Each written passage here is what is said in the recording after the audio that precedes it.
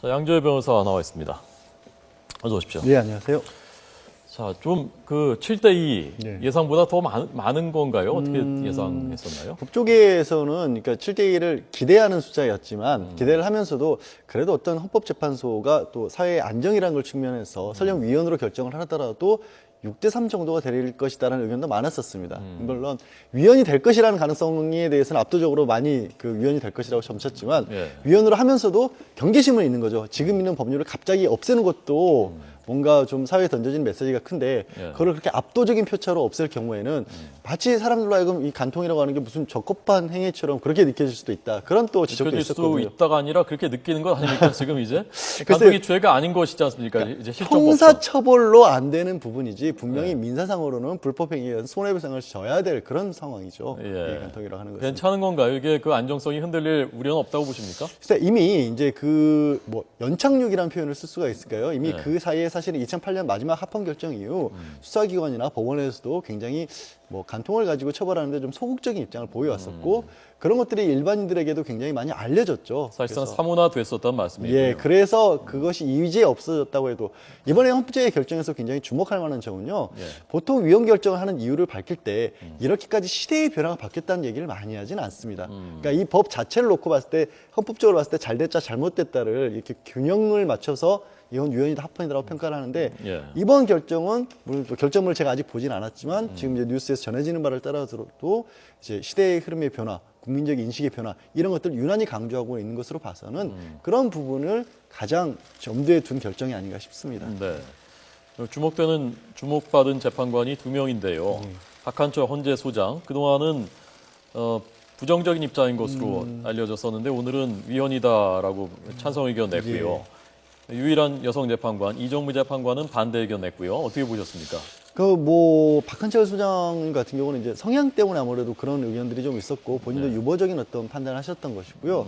그래서 그거에는 아마 가장 주문에 나왔던 것처럼 조금 전에 지금 말씀드린 어떤 시대의 변화라든가 이런 부분이 가장 영향을 끼쳤다고 보이고 여성 재판관이 이정미 재판관께서는 아무래도 예. 그 어떤 그 합헌 의견의 결정 굉장히 중요한 부분을 차지했던 성적 그 약자로서 보는 여성의 지위, 사회적 약자로서 아직은 보고 있고 이런 부분이 급격하게 없어질 경우에는 예. 여성을 보호할 수 있는 장치 하나가 없어지는 게 아니냐. 또 본인이 유일한 여성 재판관이다 보니까 또 법학자로서의 양심 못지않게 여성을 대변해야 된다는 그런 인식도 또 하신 것이 아닌가 조심스럽게 추측하는 거죠. 네. 자, 저희가 그 준비한 그래픽을 보면서 그동안의 그 사례, 이 간통죄 하면은 아주 옛날로 거슬러 올라가면 유명인들 중에는 뭐 그 누가 갑자기 함자가 떠오르지 않는데 최무룡, 예, 그 분과 김진, 예, 김지미 씨 같은 경우가 이렇게 뭐 구속도 됐었고 그 예. 이후에 정윤 씨 같은 경우가 이제 또 아. 그런 어떤 논란이 있었죠. 기소가 예. 됐다가 뭐 나중에 결혼까지 하셔서 그분은 잘 이렇게 혼인관계를 유지를 하셨었고 그 이후에도 많은 뭐 최근에도 연예인들 같은 경우 이제 리포트에 나왔던 옥소리 씨 같은 네. 경우가 이런 부분으로 인해서 고소를 당했었고 네. 또 두 부부가 연예인이기 때문에 더 화제가 됐었죠. 자, 그러면 지금 이 옥소리 씨는 이 구제를 받을 수 있는 건가요? 옥소리 씨가 그러니까 2007년 10월에 고소를 당했는데 네. 그 판결이 나온 것은 2008년 12월에 나왔습니다. 네, 네. 그러니까 2008년 10월에 예. 이 마지막으로 합헌 결정이 있었는데 그 이후에 선고를 받으셨기 때문에 옥소리 씨 같은 경우도 재심 청구의 대상이 될 겁니다. 재심을 통해서 그럼 무죄가 될 수 있고 아까 그 이정미 기자 리포트 보니까 형사 보상금도 청구할 수 있다. 형사 보상금 같은 경우에는 이제 예. 구속되었을 경우에 청구하는 것인데 집행유예로 풀려났기 아마 그때 당시 구속은 안 되고 불구속 상태에서 재판을 받았던 걸로 알고 구속 있습니다. 기소가 아니었군요. 예, 그때. 구속 기소가 아니었기 때문에 그리고 이제 아까 형사 보상금은 구속돼 구금됐었을 경우에만 청구할 수 있는 거군요. 그렇습니다. 왜냐하면 이게 아까 용어도 이게 배상해야 되느냐 보상해야 되느냐 이렇게 뭐 혼돈하실 수도 있는데요. 예, 예. 이게 아무리 지금 와서 국가기관이 그러니까 그 헌법재판소에서 이 법이 잘못됐다라고 판단을 하지만 그 당시에 이미 그 당시에 엄연히 존재하고 있었던 법을 적용을 해서 집행하는 국가기관이 불법을 저질렀다고 보기는 어렵지 않습니까? 예, 예. 그래서 배상은 아니고요. 그렇다 하더라도 이제 와서 보니 법이 마땅히 잘못됐고 위헌인데 그 잘못된 법으로 인해서 구금 생활까지 했다라면 너무 가혹하다는 의미에서 네. 형사 보상에 관한 법률이 있습니다. 예. 자, 다음 보시겠습니다. 그리고 지금 그 재판이 진행 중인 예. 그러니까 형사 재판이 진행 중인 이 간통죄로 고소당해서 그런 경우에는 재판이 이제 중단되는 건가요? 그대로 중단이 되는 거죠. 이제 바로 뭐 그 각하하거나 공소권이 없다는 식으로 검찰에서 정리를 하거나 그렇게 되는 겁니다. 네. 그래서 이런 지금 지금 현재 뭐 탁재훈 씨 같은 경우가 바로 뭐 최근에 이제 간통죄로 혼인 중에 이혼 소송 중에도 법률적으로는 분명히 어떤 기혼자이기 때문에 간통의 대상으로 해서 고소를 당했었고, 유명 언론인이었던 김주아 씨 같은 경우도 전 남편을 이제 간통죄로 고소했던 경우고요. 고소는 2007년에 했었는데 저게 아직 진행 중인 사건이었기 때문에 이번 결정으로 인해서 저 형사 사건은 완전히 이제 없어지는 거죠. 예. 아까 형사보상금 잠깐 말씀하셨는데 그 액수는 어느 정도 되나요? 생각보다 많지는 않습니다. 그러니까 하루에 8시간 정도를 일을 할 수 있다라고 보고, 예. 그 시간당 최저임금제 있지 않습니까? 지금 5,200원이 조금 넘는 걸 알고 있는데 그걸 적용을 하게 돼서 예. 한 예를 들어서 6개월 정도 실형을 살았다. 법정 구속이 돼서 그러면 한 800만 원 가량 정도 받을 수가 있게 됩니다. 6개월 징역을 살았다면은 800만 원. 최근에는 보니까 작년에는 구속된 사람이 한 명도 없었고 이걸로. 예. 그리고 재작년에도 4명 정도 거의 이제 사문화됐었던. 그런 부분이 그 국가적인 어떤 부담의 영역도 아까 예. 말씀드린 것처럼 2008년 이후에만 그런 부분을 부담하면 됐기 때문에 국가에서 어떤 재심에 필요한 절차적인 어떤 시간적 낭비라는 것도 그렇고 어떤 비용적인 면에 있어서도 이런 부분이 없어지게 된 것도 헌법재판소가 위헌 결정을 할 수 있었던데 한 몫을 차지하지 않았나 그렇게 볼 수가 있겠죠. 예. 자, 다음 그래픽도 보여주십시오. 자, 결혼 이후에 외도 경험이 있다라고 답한 우리 국민들, 물론 뭐 응답자들이죠. 여성정책연구원이 최근에 내놓은 결과인데요. 남성이 36.9, 여성이 6.5%. 차이가 많이 나거든요. 이게 물론 정말 다 정직하게 응답했다고 뭐 확신은 못하겠습니다만은 어쨌건 그래서 여성단체들 중에도 물론 의견이 갈리지만 여성단체들 상당수는 여성이 불리해지는 것이 아닌가 하는 우려를 했었던 것 아닙니까? 그런데 이제 저렇게 보면 분명히 뭐 남성들이 아무래도 좀 잘못된 행동을 더 많이 하는 것처럼 통계상으로 나오고 있습니다만은 네. 실제로 저희가 이제 법조계에서 현업에서 종사하다 보면은 뭐 고소를 당한다든가 사건을 의뢰하는 경우는 최근 들어서는 오히려 남성보다는 여성들이 피고소인, 그러니까 간통을 했다고 당하는 경우가 더 많이 일어나고 있고요. 그러니까 여성들은 참고 고소까지는 안 하는데 남성들은 못 참고 고소를 많이 한다는 얘기인가요? 심지어 고소를 해도 여성분들은 이상하게 이렇게 진행 과정에서 남성들이 적극적으로 좀 용서를 구하면 용서해 주시는 경우가 많은데 예. 남성들은 잘 용서를 안 하시더라고요. 그런 경우도 있고 또 그거를 떠나서 이건 뭐 통계로 나올 수 있는 건 아니지만은 그거를 떠나서 이 우려하시는 어떤 부분에 대해서는 사실 민사상에서 지금 민사상 손해배상 같은 것들이 다 없어지는 건 아니거든요. 예. 분명히 어떤 배우자가 있는데도 불구하고 기혼자가 부정한 행위를 했었을 경우에는 이혼 사유도 될 수 있고 불법 행위이기 때문에 손해배상이 참작이 되고 예. 이런 부분의 어떤 기준은 바뀌지 않을 것이고요. 아마 법원에서도 오히려 이 간통죄가 없어진 만큼 대신에 민사상의 손해배상은 조금 더 배려를 해주는 쪽으로 예. 양형 기준 같은 것을 만들지 않을까 그렇게 봅니다. 네, 지금 그 기준이 있습니까? 액수 기준. 그거를 어느 정도 기준은 있는데요. 네. 그게 정치적 배상이라고 하는 것 자체가 굉장히 낮게 책정이 되기 때문에 예. 뭐 최고의 액수는 한 5천만 원이지만 실제로는 1,000만 원, 2천만 원 정도거든요. 그런데 이것이 만약에 배우자의 불륜행위로 일한 것이라고 한다면 예를 들어서 법원이 조금 더 전향적으로 더 많은 액수를 책정할 수도 있겠죠. 네. 자, 간통처벌을 어떻게 하는 게 적합하냐라는 물음이었는데요. 최근 조사입니다. 2014년 6월 조사인데요. 그때 징역형이 좋다, 36.6%, 손해배상, 이건 민사 영역인 거죠. 그렇죠. 22.4%.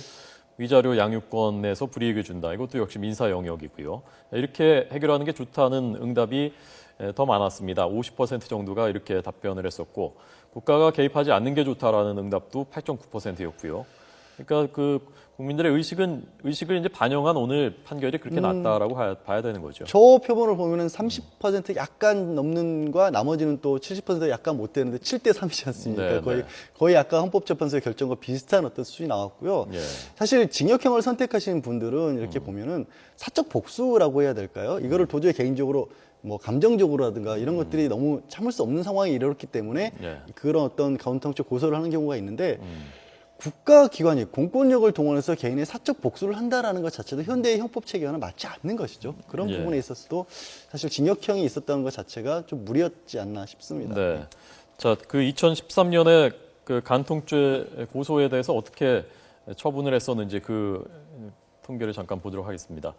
3,000건 정도였는데 재판에 넘겨진 것은 그 중에서 3분의 1 정도밖에 안 되더라고요. 그렇죠. 왜냐하면 이게 간통이라고 하는 것 자체가 어떤 뭐 애정행위나 이런 막연한 어떤 넓은 게 아니라 예. 정말로 엄밀하게 육체적 관계를 가졌느냐 안 가졌느냐에만 국한돼 있는데 이게 남녀간에 은밀하게 이루어지는 일을 어떻게 그러니까 그게 간통죄 유죄 판결을 받으려면 육체 관계가 있었는지가 입증돼야 그게 유죄가 되는 겁니까? 그렇죠. 그렇게 되다 보니까 그거를 입증한다는 게 사실 굉장히 어려운 일이지 않습니까? 어떻게 입증을 했습니까? 지금까지 그 재판에서는요? 실제로는 아주 뭐 최근에는 그런 일이 거의 없었습니다만 어떤 어떤 부정행위가 이루어지고 있다라는 것이 명확하게 거의 확실시 된다라고 하면 경찰관을 대동해서 압수수색하는 방법으로 뭐 동영상 촬영을 하면서 들어갔던 경우도 있고요.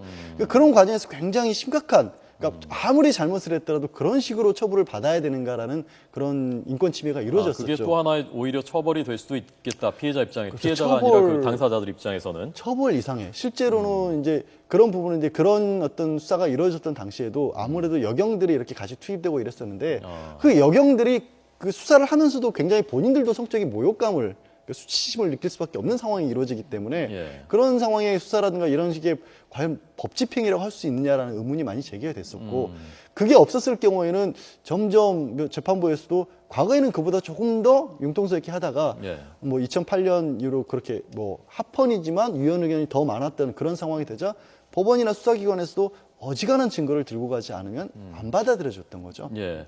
자, 지금 이 간통죄가 존치하고 있는 나라는 어디고 다른 나라의 사례는 어떤지 마지막으로 좀 보도록 하겠습니다. 우리나라가 그 몇 개 많이 남아있지 않은 존치 국가 중에 하나였죠. 그러니까 성문법적으로는 성문법으로는 아마 대만 정도하고 상징적으로 미국이 이제 의외로 기독교 국가다 보니까 미국 일부 주에 남아 있습니다만은 실제로 적용된 사례는 거의 없다라고 보이고요.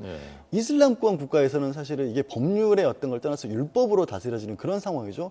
제가 확실치는 않은데 아마 북한도 비슷한 제도가 남아 있는 걸로 알고 있습니다. 그래서 실제로 어떤 전 세계적인 어떤 상황으로 봤었을 때는 사실상 거의 남아있는 곳이 없다라고 보는 게 맞겠죠. 네. 자, 지금 보여드리고 있는 것이 이제 1시간 20분 전 상황이고요. 여기서 대한민국은 이제 빠졌습니다. 1시간 20분 전에 완전히 없어졌습니다. 간통죄가 없는 나라가 됐습니다.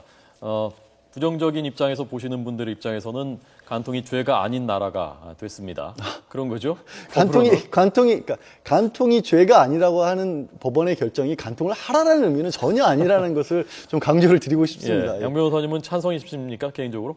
간통죄 폐지에 대해서요. 저는 폐지해야 된다는 입장이었습니다. 쭉. 왜냐하면 그 과정에서 어떤 뭐 인권 침해나 이런 부분들이 현장에서 봤을 때는 너무 그 가혹한 일들이 많이 벌어졌기 때문에 계속해서 반대하는 입장이었습니다. 알겠습니다.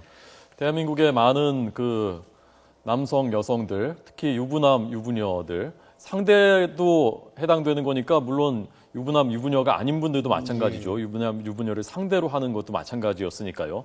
자, 그분들 오늘 그 헌법재판소의 이 판결을 오인하시고 다르게 해석하시지 마시기 바랍니다. 이런 그 성적 자기결정권은 존중하되 존중한다는 것은 그만큼 권리와 책임이 따르는 것이니까요. 그렇습니다. 시대가 바뀌었다는 얘기는 뭐냐면 더 이상 법원이 이제는 우리가 직접적으로 나서서 회초리 들고 다스리지 않을 테니 알아서 제발 해다오라는 의미로 받아들여야지 마구 그냥 뭐든지 다 해도 좋다는 의미로 받아들이지 않으셨으면 합니다. 알겠습니다. 양지열 변호사였습니다. 고맙습니다.